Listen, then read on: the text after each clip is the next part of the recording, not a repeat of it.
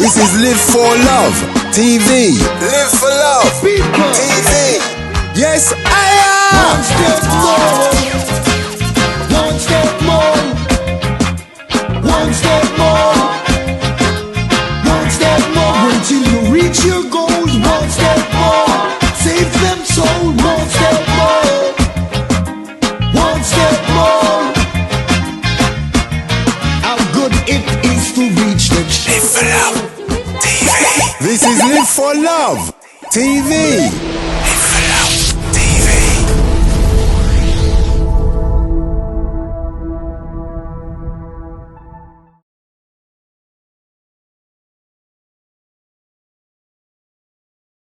Welcome back to Live for Love TV.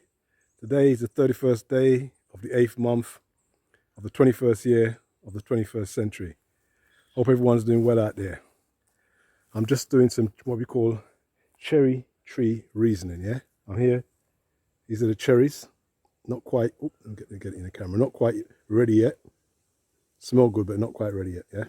We can call this cherry tree reasoning. Anyway, today I was having some thoughts. We were in the last day here of No Movement Day in Jamaica. Tomorrow everybody will be out there, so it's quiet and it's really peaceful, as you can hear in the background. You may hear some noise eventually. It's been quiet and it's peaceful. I was thinking today, I was in the UK last year, yeah? And I was thinking that when I was in the UK, I can remember people coming out of their houses and clapping for the NHS for 5 minutes, 10 minutes. Sometimes it went on for so long, eventually people said, you've got to go back in your house. You can't be, staying out here that long. That was in the lockdown, and that was when people were, going back into their houses and protecting their lives. And the NHS was respected so highly, the workers in the NHS, all of them, that they were literally clapped up and down the country. But let's move forward to a year later. And now those very same National Health Service people have been threatened. Their livelihoods have been threatened because they won't take a medical intervention, which is a vaccination. If you don't take a vaccination, you lose your job. Now, how can you go, explain this to me, how can you go from we owe everything to you, we love you, we owe our lives to you. When we were cowering under our beds from this virus, you were going in and saving our families, risking your life, not knowing what could possibly happen to you, to the fact now you better go and get a paper round because you're not taking the vaccination if you want to feed your families. How does that happen? How do we go from there to this? And how is it that the whole country is not up in arms? How is it? How can that be? Not a single person, even if 99.9% of them took the vaccination, and there was one person in the whole country that didn't want to take a vaccination, they shouldn't lose their job if they've been looking after us in this way, if we really cared about them in the first place. And what about America? You go over to America, they talk about all the people who fought in Afghanistan and the Iraq War, all those people that keep the Americans safe, the veterans and all those beautiful people that keep American freedoms, risk their lives, lose limbs. Now, if you're in the armed forces and you now don't want to take a vaccination, what are they saying to you now? Something like, go to hell, we don't need you, you've done your job, get out the way, you go and find some sort of paper round.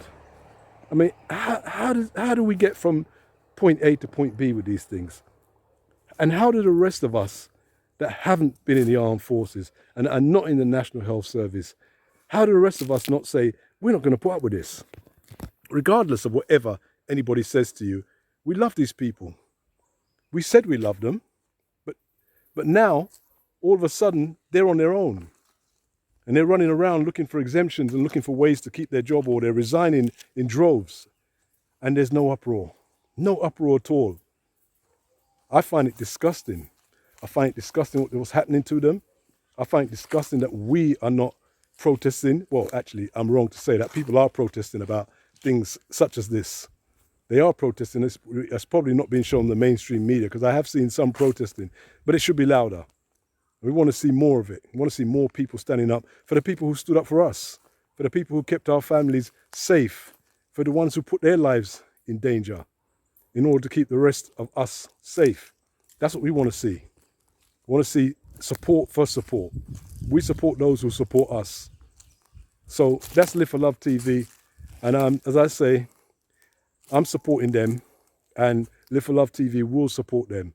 And if they come on my channel, if I get to interview anybody on my channel, I'm going to let the people speak for themselves and say what they think is happening to them, especially if they are people who do not want to go down this medical intervention. They shouldn't have to in order to keep their jobs. That's what I'm saying. They shouldn't have to in order to keep their jobs.